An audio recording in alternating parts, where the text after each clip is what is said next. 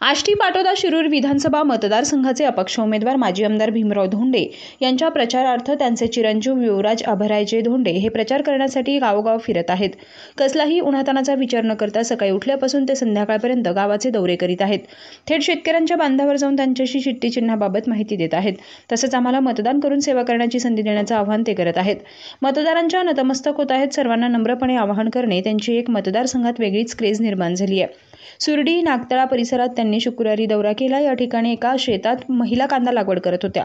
थेट वाफेतील पाण्यात जाऊन चिखलात उभे राहून महिला भगिनी मतदारांना मतपत्रिका नमुना दाखवत चिठ्ठी चिन्हाबाबत सांगून मतदान करण्याचं आवाहन केलंय।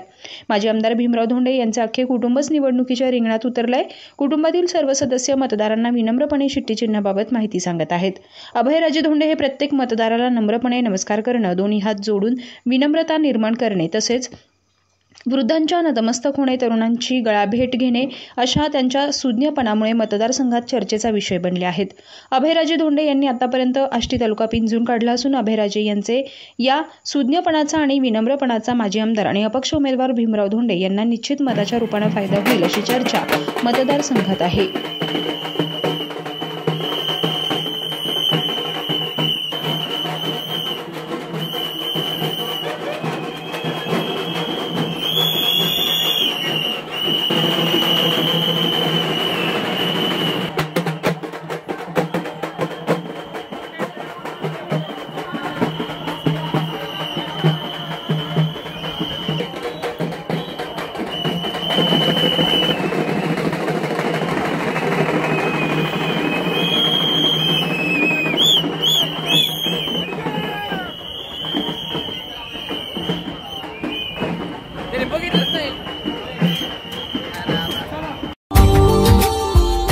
Subscribe now and press the bell icon.